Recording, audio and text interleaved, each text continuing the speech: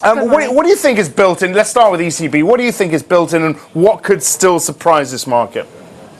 Well, that's a very good question. I think that market is already anticipating rate cuts. The question is how much.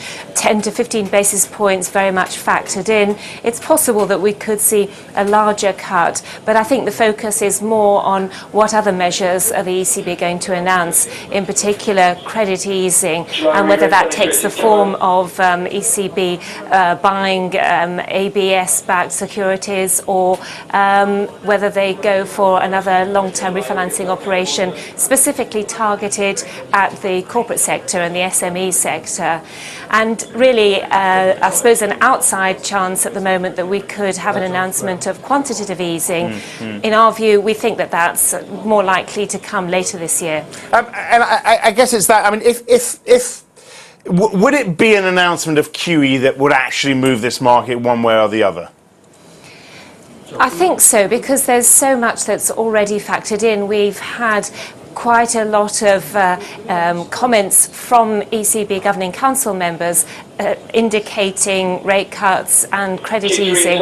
So really, for the market to be surprised, we would have to see some announcement of QE. It may be enough that Draghi hints at it in his Q&A session after the meeting. I mentioned payrolls, of course. That is due Friday. The other big one this week. What is built in there, and what could move the market either way there?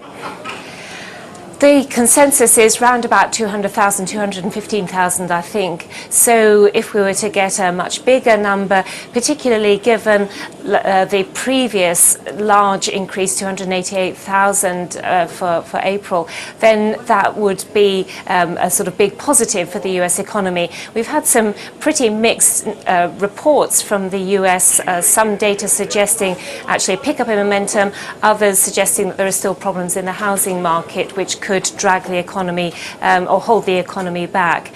So obviously, if we get a much weaker than expected number of the order of 150,000, in addition to downward revisions to previous month's numbers, then there would be real concerns about the tapering program, I think.